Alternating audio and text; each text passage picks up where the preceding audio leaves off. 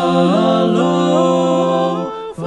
like Brian said, let's talk a little bit about Tim Tracks, because this has had a huge effect on our society, more than just a learning track entity, but you've influenced many other people to go out and create their own learning tracks. You do learning tracks for the society. In fact, I was speaking to Rick Spencer last week, and he said, yeah, I was judging the Far Western District, and I heard a couple of quartets sing, and I said, man, it's funny, they sound just like Tim's tracks. I mean, they use the same vocal inflections that you use on your learning tracks. So you have a very large, emphasis, or at least people are starting to copy the way you sing and everything. So that's pretty huge, actually. But tell us a little bit about how it all started, where it's led to now, and just the experience you've had making learning tracks.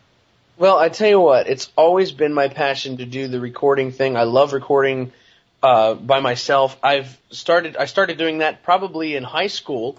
Was the first time I recorded myself singing, and it was just on one of those. Actually, the first thing I did, it's so dorky. I got 2 tape recorders and recorded myself on one, and then played it back and sang along with it, and that was my. I remember singing the tag. This is the moment, because I heard acoustics sing that, and I loved it, and I was trying to do it, and it's awful. And my lead Eric stumbled upon that recording and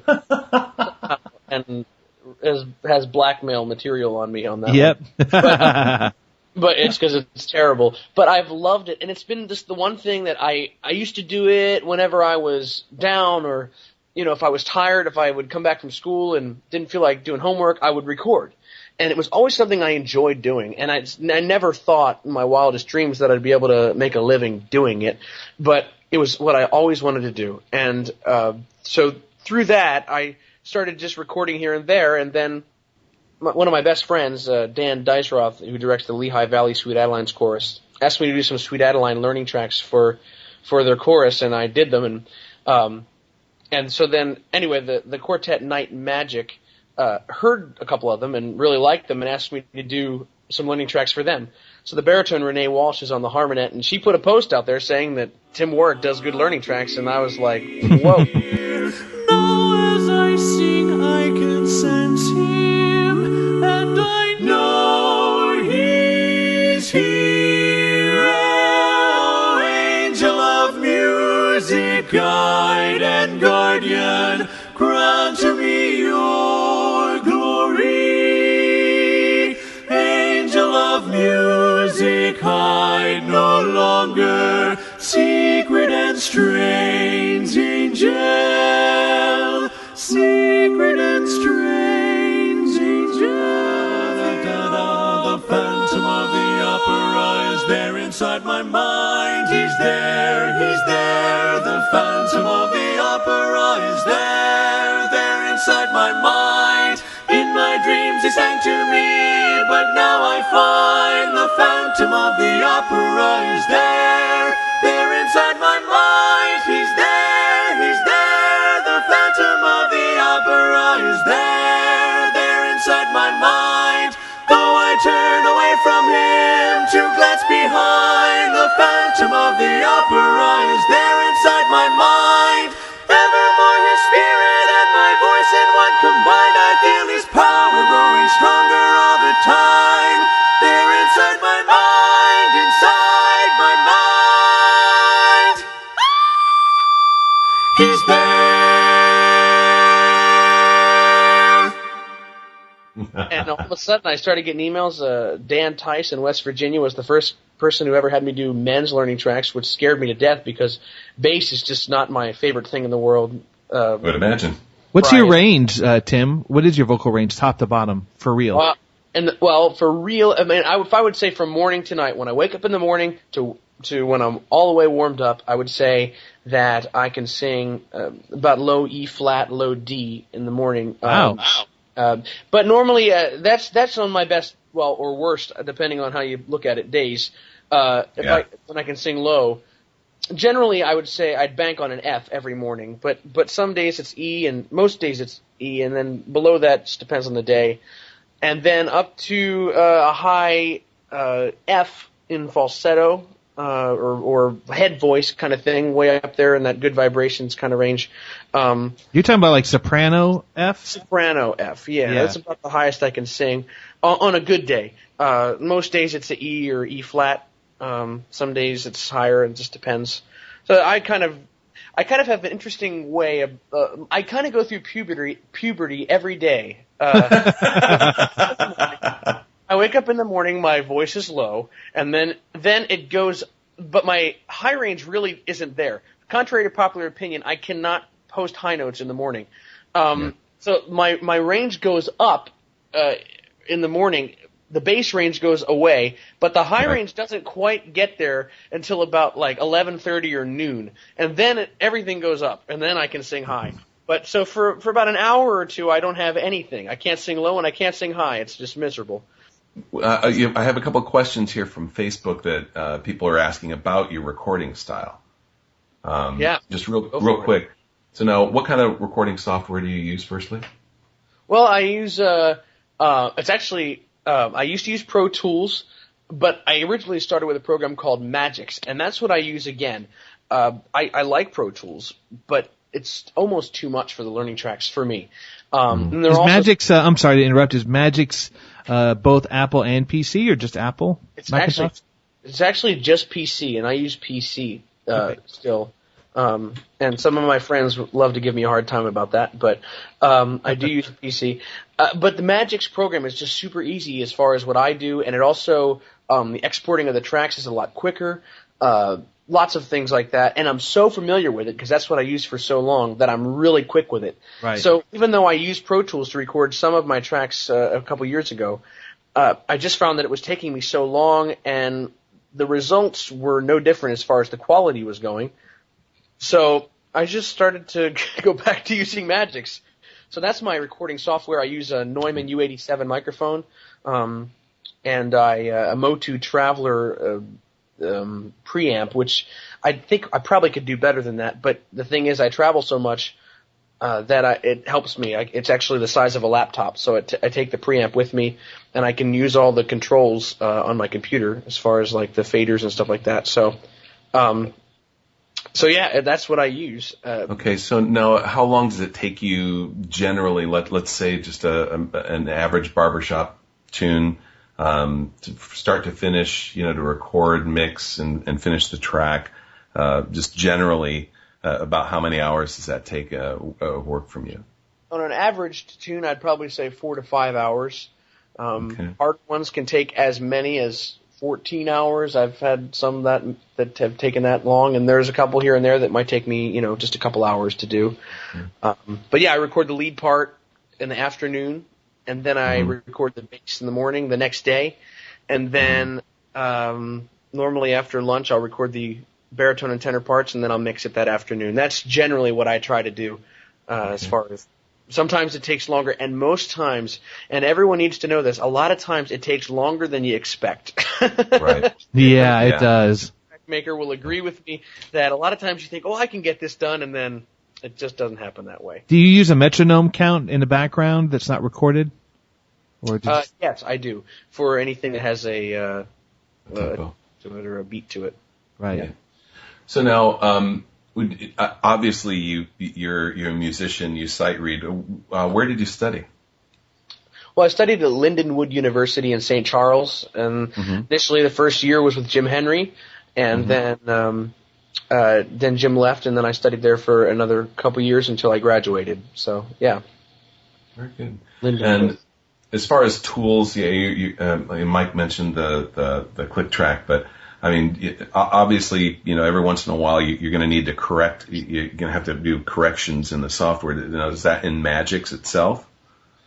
Well, yeah, Magix actually has a nice program in it that you can actually change or fix notes or fix timing stuff. But actually, the program that I do use is Melodyne to help to clean up the tracks if ever there's anything that needs to be cleaned up. I think I was going to say, you must not use it too often because I hear a lot of your natural voice in that compared to where a lot of people, it's just so overly done and too perfect. Well, that's the one thing that, I'd love to say is that I don't use as much Melodyne as people think I do. I definitely try really hard to get it right when I'm singing, and that's the biggest advice I can give to anybody in a recording situation, whether it be quartet or learning tracks, the best way to make it sound good is to just record it well first, and then you can do little tweaks to clean it up. But you really don't want to just rely on the software to make it sound good. So I record it, and then I just do little tweaks here and there. A lot of times it's a sync issue. I try to sing with myself really well, but I'm always, especially in the morning. Maybe it's because I'm slow when I wake up, because I sing bass in the morning, and I'm always just a little bit behind on the bass notes sometimes. It's like all basses.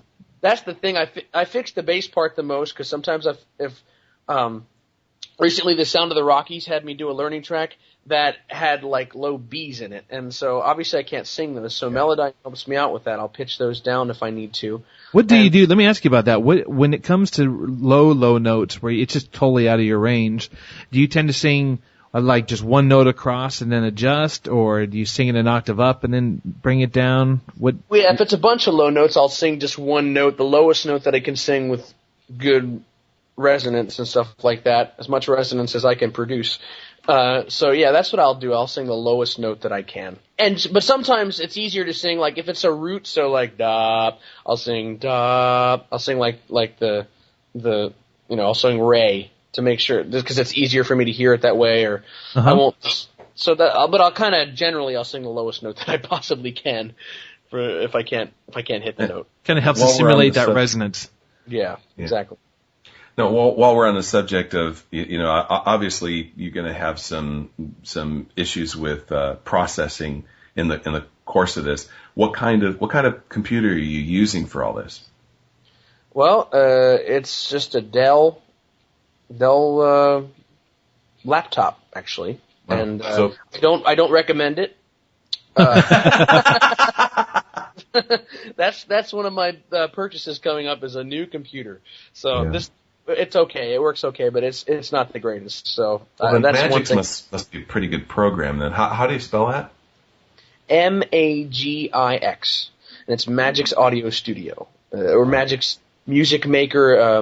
I bought it at Best Buy. You can also buy it online, Magix.com. It's a very, very simple program. There are better programs out there, I guarantee it. Definitely better programs than Magix. It's just that's what I first had, and it's so easy for me.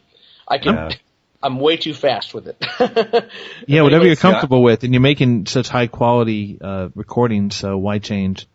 Yeah, definitely. I mean, I use Audacity because it's free and it's mostly easy, and it's unencumbered with all the extra stuff that you get in some of those programs. But still, I mean, I have tremendous problems with track lag where I can't get them to sync up. So. Yeah, that happens. Yeah. That's the hardest thing, I think, for anybody, is to learn to sing with themselves. And I try to use inflection when I sing the lead part so that I know what I'm doing. It's funny, a few years ago I would record and I wouldn't know what I was doing, but now it's a lot easier for me. I can just jump in and I just know what I'm doing, and it's just, I've become a lot better at recording over the past 2 or 3 years. I feel like I've really grown a lot. I've done a lot of tracks, so obviously I'm learning. So, what have you changed in the production part? Because I guess more in the post-production, I should say. Because in your first couple tracks, if you go back to like Good Luck Charm and Lucky, no, what's that other song? Love Me. Love Me, yeah. Yeah, you had a little bit more reverb and maybe it was just overdone a little bit. But now it's just a real high quality. It's clean. Yeah, it is. It is. The equalization of the parts and not too much reverb. Whatever you're doing, it's perfect. You gotta send a preset level to people, Thanks. Well, yeah, right. I should just make a preset. Well, I mean, the thing is I mentioned that I also use a new reverb program, that I really, really like. It's called Altiverb. Is it a plugin? It's a plugin. It's expensive, and it can't be hacked. I believe, at least from what I understand. Like, and a lot of people like hack stuff, and this one that's just it's a very sophisticated program, at least from what I can tell. And I really, really like it, and I've used that, and that's really where I learned how to do the reverb a little better. It's a lot better than the Magix reverb that I was using, and so that really helps. I also just learned how to just master a little bit more, using EQ here and there, and how to use the reverb so that you don't cake too much on it and to cover up the sound, and and then also just obviously the microphone and all of that stuff is a big part of it. The Neumann microphone I got about 2 years ago, and that made a big difference too, because all that stuff makes a big difference, and the microphone is huge. That's a big one. Got to make that.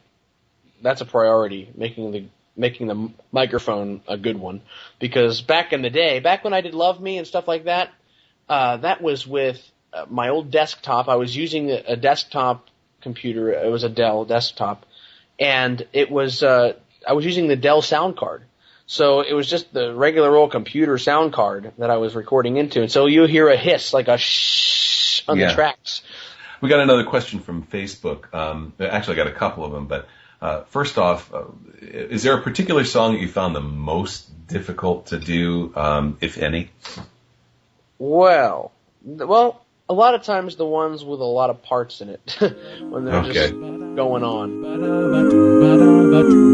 Hey Jim, you better get the reed.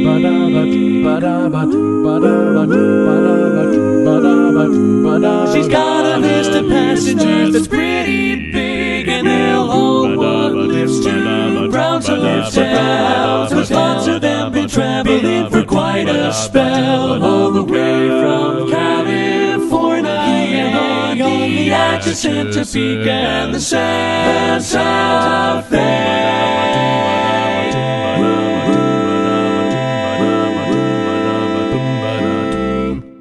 There's a song that hopefully everyone will get to see international this year. The Ambassadors of Harmony is singing "I Want to Be in America" from West Side Story, and it's going to be really a lot of fun. Oh, cool.